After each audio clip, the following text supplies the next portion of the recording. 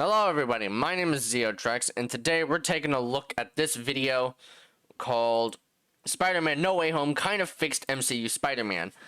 Now, for those who don't know Hitop, he's pretty much recently become known as a person who will literally just shit on MCU Spider-Man just because it is MCU Spider-Man and that he has Tony Stark's help and all of that. So, let's take a look at this guy's channel real quick. Shang-Chi and my Marvel problem. Okay, hold on. Let me find.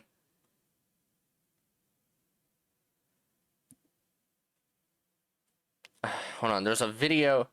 Spider-Man Homecoming is a bad Spider-Man movie, which I did have issues with that movie at first, but if you watch it, then you would understand why those issues have to be there.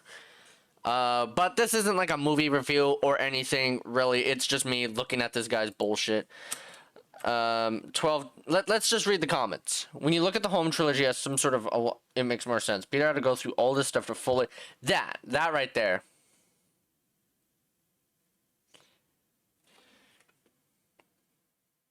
So I'm someone who has seen the movie. I assume this guy, he's pretty much like Cinema Sins, if you know what I'm saying. But yeah, we're actually just gonna take a look at this.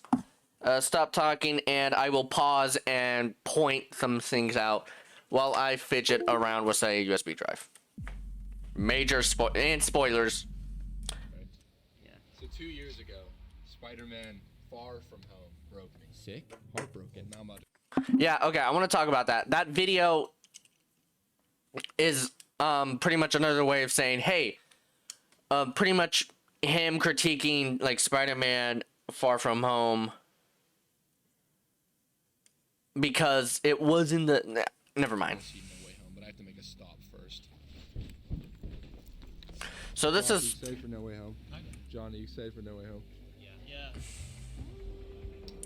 In my style, my personality is what led me to have the platform that I'm so lucky to be standing on. I'd be lying if I didn't admit that my career on here, my success, my infamy, whatever the fuck you want to call it, is forever intertwined in the tangled web John Watts and Kevin Feige have woven for the wall crawler. After Far From Home, after the constant, consistent lack of hefty emotional weight, the avoidance of empathy and sincerity,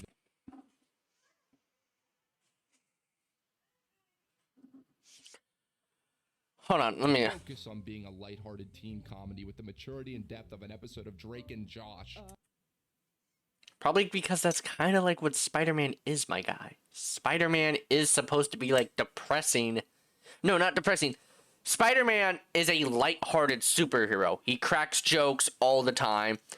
Peter Parker, he's an anxious kid.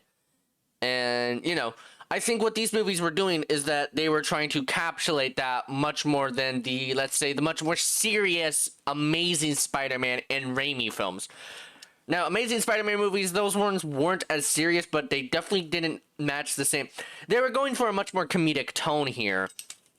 And who says that he doesn't, have, there aren't emotions in these movies? I mean, if you look at just the normal Spider-Man movies, that there isn't really a point where he actually faces any real heartbreaking emotions. Obviously not, but he does suffer consequences, and he does what this Peter does. He makes mistakes, and he is trying to recover from those mistakes.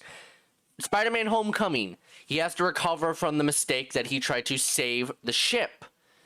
And obviously in Far From Home, he tries to recover from the mistake of giving Mysterio the Edith glasses. Pretty much. And yeah, after pretty much Spider-Man Homecoming was pretty much just saying, just because Peter has this multi-million-dollar suit that has so many techs and gadgets, and he could do whatever he want with it after he unhacked it, just because he wants to do more. Means because he let that get to his brain, that means, oh, I could just do whatever the hell I want. And then after the suit gets taken away, he has to learn that he's gonna be on his own. He's not gonna have Tony Stark's help. And that's kind of what Homecoming was. Far From Home and No Way Home, or is Peter transitioning from having to be babysat by Tony Stark to him transitioning into becoming his own thing? All right.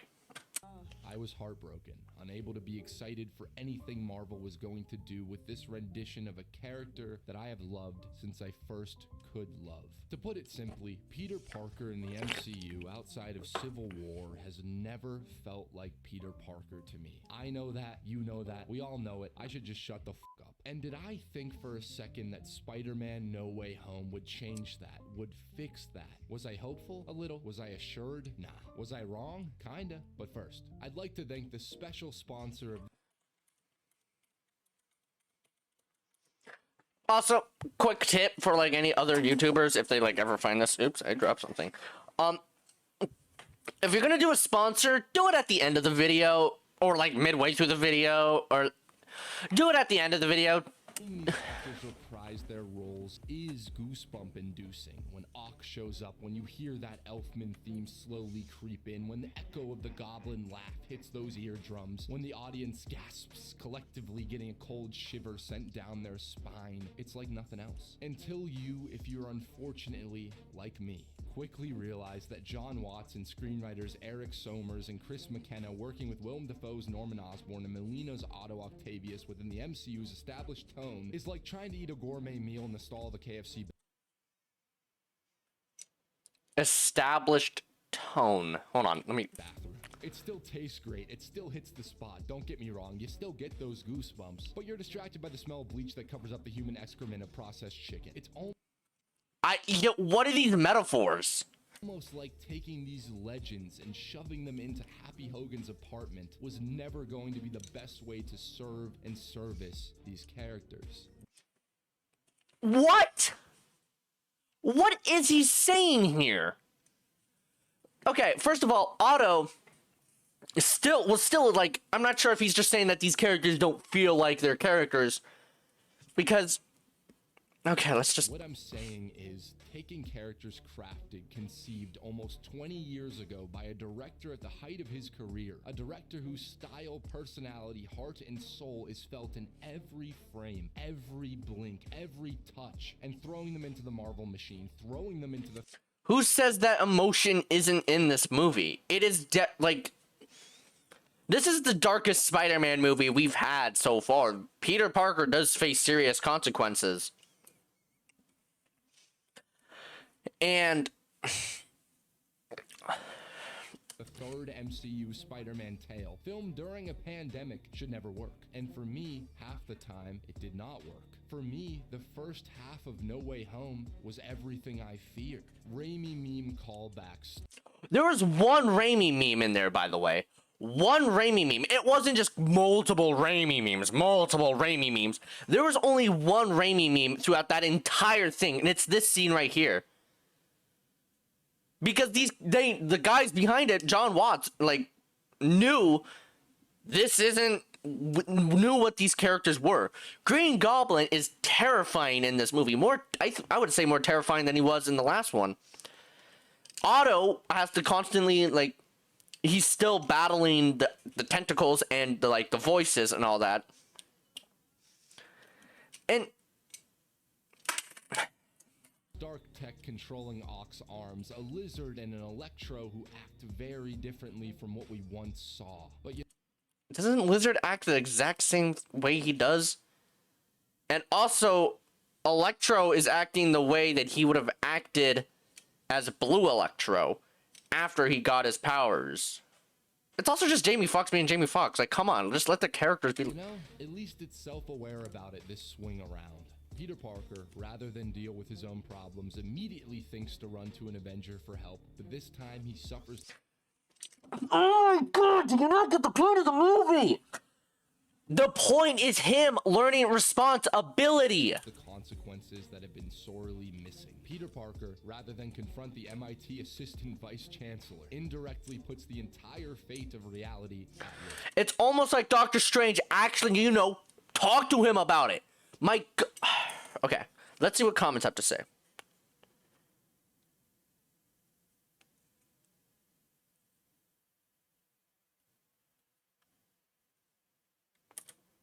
Peter Parker, rather than have his mission based in empathy, would rather get rid of these villains.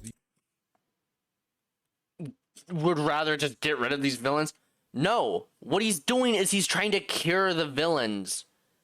That way, when they get sent back to their universe, they're normal. They're healed. That's where, like, kind of the Stark tech comes in. You know, why he wanted to give Otto, he wanted to cure them.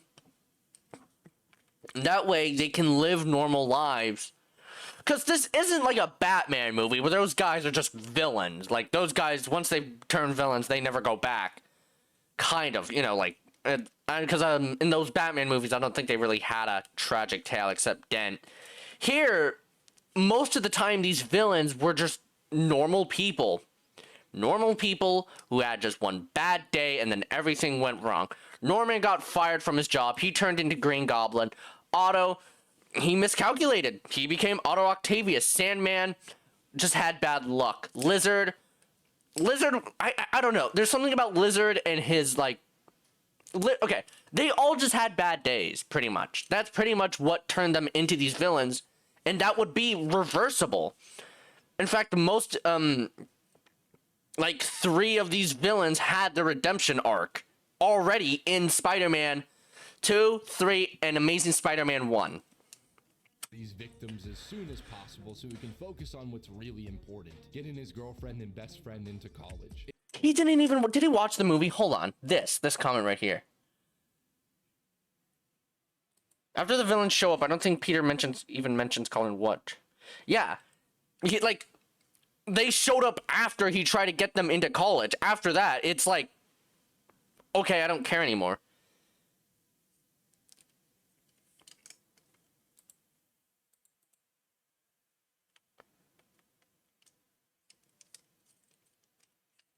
It's as if the storytellers realized the absurdity of Peter Parker accidentally ordering a drone strike on a classmate, the redundancy of him constantly trying to stand on his own, but then regressing back into a mini Avenger, and decided to call the character out on that kind of behavior. It's as if the filmmakers I'm not gonna repeat myself. needed a do-over with MCU Spider-Man, a softcore back-to-basics reboot. That's kind of like what this trilogy is trying to say. That, okay, just because it's not established in one movie doesn't mean it can be established in just 3 movies. This is pretty much him becoming Spider-Man, but it's just spread up in 3 movies. They realized that Spider-Man No Way Home could actually be the way to get Spider-Man back home. And I'm here for it, man. Genuinely, I really am. I only wish the film didn't look like it was shot over a Zoom call or in Kevin Feige's basement. I get this was The fuck? made during the time of a pandemic, but I found No Way Home to be 80% of the time hideously ugly with no tangible sense of space or reality. A lot of singles, characters, fantastic actors. I will say this. I think I know what he's saying. There are scenes where there's just characters who are there's just one character in the shot, and they're not, like, it doesn't feel like they're in the room. I do see this complaint, but this was made during the pandemic.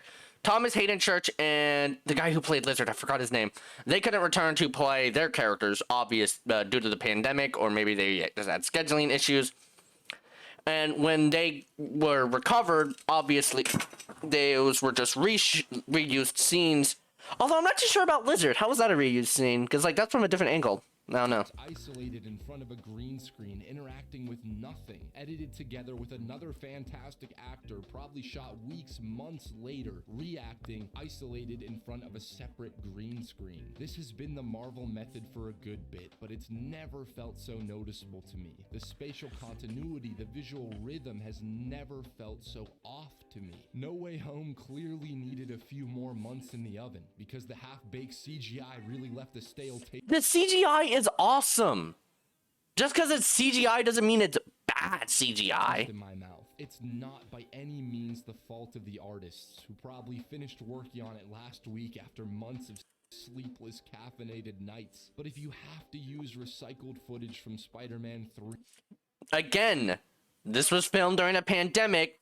Thomas Hayden Church and Lizard probably couldn't go there. In The Amazing Spider-Man 1 just to provide satisfying emotional closure to two of your lead villains, it might be time to delay the movie.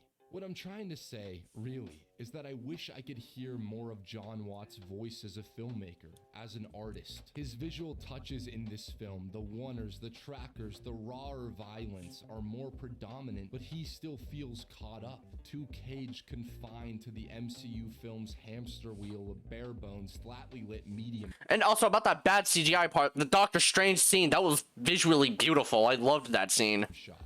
A Spider-Man film has never felt so visually textureless to me, so aesthetically lifeless with no sense of tangibility. To me, the visual styling gets in the way of the story and storytelling too many times. Andrew Garfield and Tobey Maguire show up. They make their grand return, two beloved Spider-Men, icons. You will never get to experience that feeling again, neither will I. And that experience is great, the collective love like no other, but that experience will always have been filmed in boring medium shots, edited for applause, and Aren't there like multiple scenes where we see all three of them next to each other? written, staged in Ned's grandma's house. It was still an amazing entrance. There's no going back. And I just wish that that resurrection, that once in a lifetime moment, was a tad more awe-inspiring. Spider-Man swinging has never felt so lifeless. Spider-Men soaring together will always get a massive At this point, he's just saying it to piss us off. applause, even if it looks like murky, unfinished previs with less style, clarity, and punch than what Mark Webb did in 2012 and what Sam Raimi did in 2002. I know it sounds like I hate this film, trust me guys, I know, but I promise you that Spider-Man No Way Home is my favorite of the Watts trilogy. It's my favorite thing the MCU has done with the character since 2016, and it's the first time that Tom Holland's Peter Parker has really felt like Spider-Man to me. There's a moment, that big moment, when the tone took that massive switch, when the MCUism started taking a backseat, being restrained to I honestly don't even feel like most of the time this isn't even like an MCU movie. Because, one, Doctor Strange disappears for like most of the movie, which I do like. It makes it much more of a solo Spider-Man movie. But yeah, it doesn't really feel like an MCU movie if you just remove because Doctor Strange is barely even in it. Doctor Strange's prison, when they finally allowed genuine emotion, genuine sincerity, when No Way Home transitioned from being a standard, messy, modern MCU flick to finally a Spider-Man movie. And that transition happened as soon as they allowed Peter Parker to feel, allowed us to witness, to empathize with loss, with grief, with longing, with pain. It's a brilliant movie. And he's already felt that pain before. Far From Home was pretty much him beating himself over and over because of Tony Stark's death. To kill Aunt May, to make her the much-needed Ben Parker. And I'm fine with that. I'm more than fine with MCU Peter being pretty much raised by a single mother. That's a lovely, smart addition that could actually add more to this version of the character. But I so very wish that I cared about this May Parker. No Way Home tries.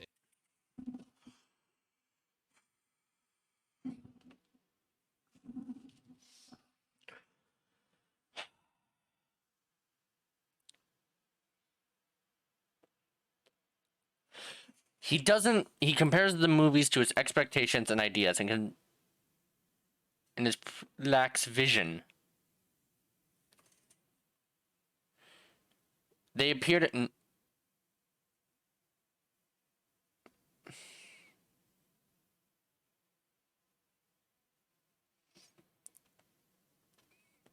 Okay, hold on. Being a caring parental figure. Being revealed...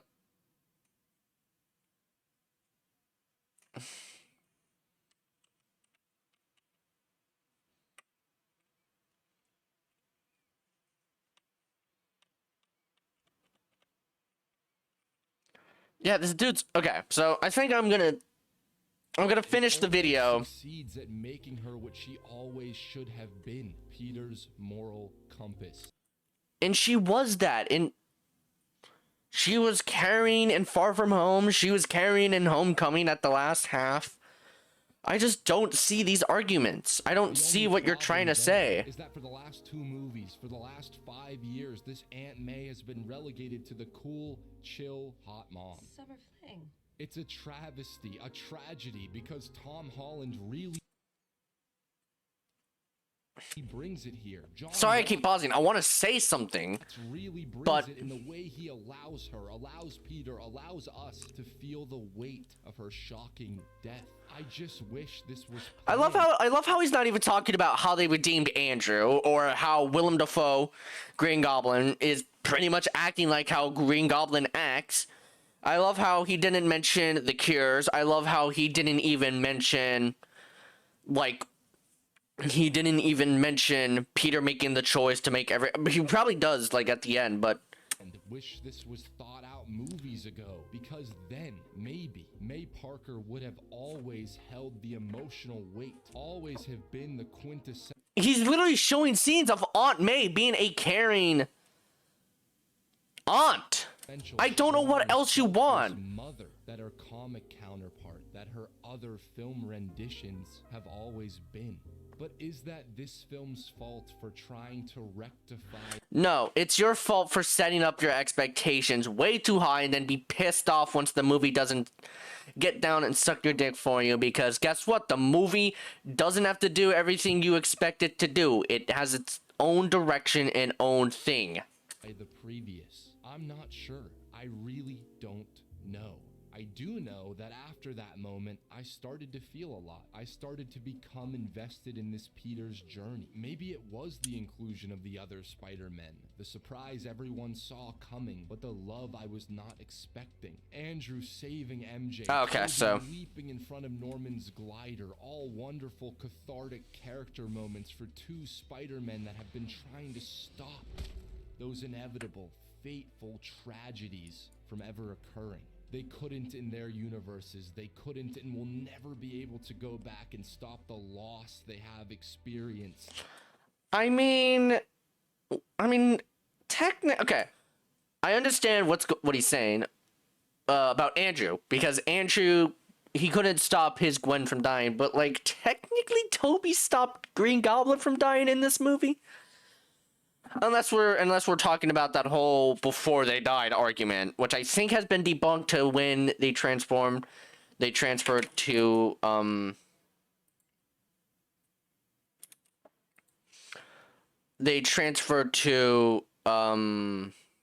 my god, what is with my camera? They transferred to the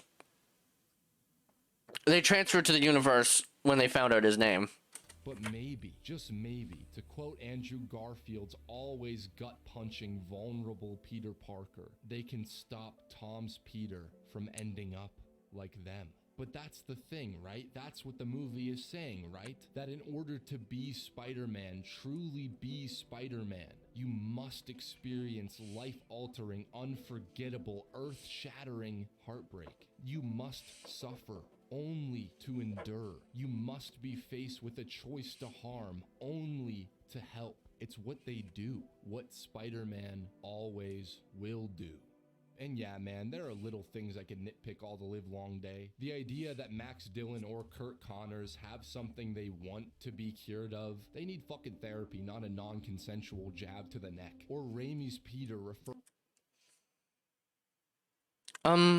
Lizard is an actual dinosaur, and Electro has electricity powers where it, like, I'm pretty sure if he got transferred back to his universe, like, he couldn't touch anything. Like, that kind of made him a freak. Referring to Harry's death as if it happened after a betrayal, when it was really a loving sacrifice that killed his best friend. My friend Harry taught me that. He chose to be the best of himself. Or Pete's and MJ's entire relationship, Tom and Zendaya. They have great chemistry, but their love wasn't naturally established. I think I actually see this one. it was kind of just thrown in Far From Home. Like at the beginning, it's like, hey, I have a crush on MJ. I have a crush on MJ. I want to go talk to her now. But like, I think their relationship works great. Built. It wasn't about teenage idealization and then adulthood sacrifice. And their connection, their friendship, partnership was never as palpable as Peter and Gwen's. No, oh my god, not everything has to be the Raimi movies or... I could just complain about fucking Ned. But there's also tons of things I could freak out about all the livelong day that I did freak out about through watery eyes of nostalgic joy. Raimi's Peter and Otto's reunion. Andrew's Peter silently watching Holland's Peter and MJ be in love. Pretty much the entire third act is an emotional roller coaster full of fan service that even the coldest of hearts will feel some warmth by witnessing. Obviously, I'm mixed on the movie, but for the first time, I can say that I'm optimistic about where the story, with a new set of storytellers, can go from here. Even if I can't quite figure out what No Way Home is trying to say. No Way Home is trying to... It's trying to say that Peter fucks up a lot, and this is pretty much his redemption, kind of. This is his redemption arc. This is him taking off the training wheels. This is him no longer having the Stark Tech, no longer having any of the suits that have all the gadgets and gadgets and all of that. It's pretty much him being himself, being... It's kind of like a reboot in a way. It's kind of like the Tom Holland Spider-Man reboot. It's him finally becoming the Spider-Man we all know and love. On a thematic level, but on this weird meta level. Are they saying, acknowledging that Tom was never really Spider-Man? Never really felt any kind of great loss, consequence, or great sense of responsibility? Am I supposed to applaud the fact it took this long to see the fundamentals of the icon? It's not that they didn't get the... I think this was the point they were trying to make. I think having 3 movies expands it larger and expands it longer. And allows the message to get out there more. Like, if like we just look at Homecoming like before Far From Home and No Way Home, then yeah, that would be pretty much... Then it would just seem that he gets off scot-free, which by the way, he doesn't in that movie. He faces consequences in all of the movies. I don't see what you're saying. Oh, he doesn't feel like Spider-Man. He doesn't face consequences. He faces consequences in every movie, my guy. He gets his suit taken away. And he gets his suit taken away in Homecoming. He learns Mysterio as a villain. I'm trying to think of the one in Far From Home.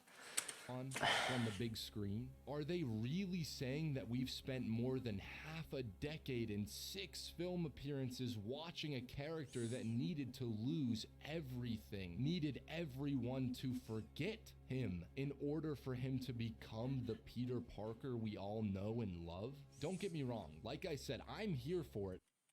I'm done. I'm done watching this video. This guy's actually an idiot.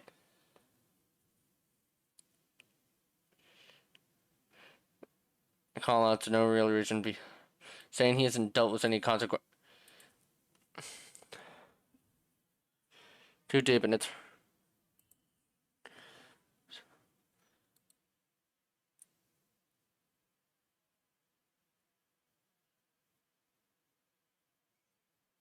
So, hold on. I don't get you, dude. No Way Home gives you almost everything you ask for, and you still find time to complain about the smallest stuff. You went into this hating MCU Spider-Man. It has its flaws, which I can't really think of. I think just, like, some... What's a shot? Like, what's a flaw I can think? Just the Sinister Six. I just wish there was the 6th villain. But that's nitpicking. A lot of issues to be had... was that there are no consequences. This movie, yeah, pretty much the issues in Far From Home and Homecoming had to be there in order for this movie to, like, work. In order for them to get the message across.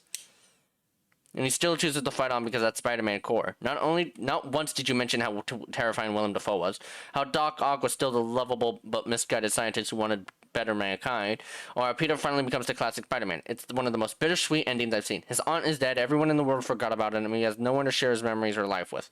It reminds me of when Angel reversed time so nobody remember he was a human except sacrificing a life with Buffy.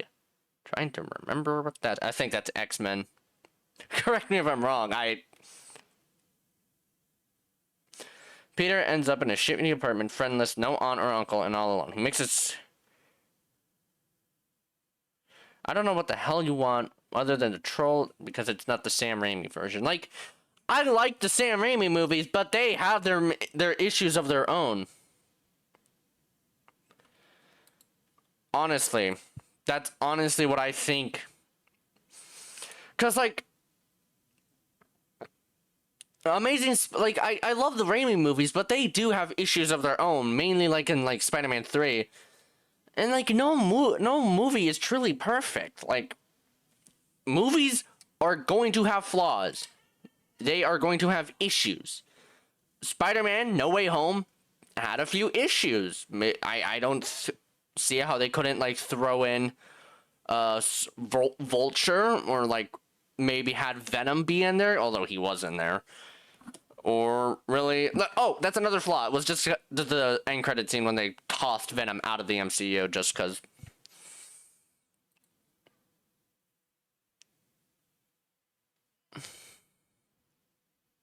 Oh, yeah, he also likes Wonder Woman 1984. Hitop does not understand Spider-Man as well as he thinks he does.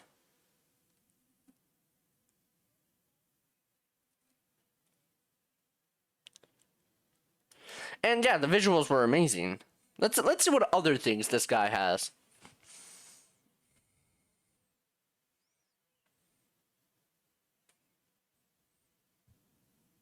Spider-Man has a perfect Thanksgiving movie? So it's Thanksgiving and There's like one scene in that movie. There's like one scene in that movie that hints it's a Thanksgiving movie.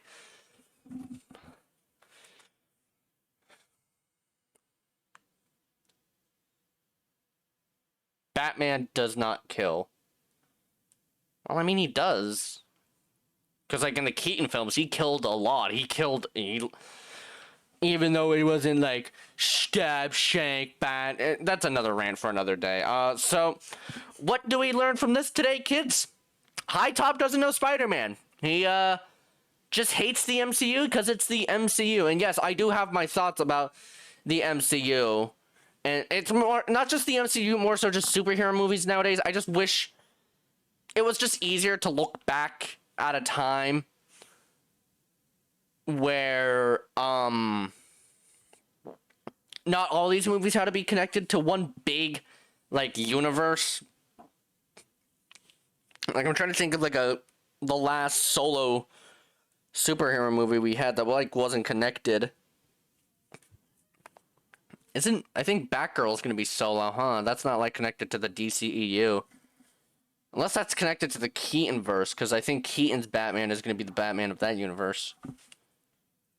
Yeah, I actually can't think of a solo, like, one that isn't connected to a universe. But, like, just because of that, I'm not gonna hate the movie. I loved Avengers Endgame. I loved Far From Home, and I like the MCU shows and all that. This guy's just hating it because it's the MCU. Pretty much. Just because it has its own tone. I think that's what this guy doesn't get. Tone.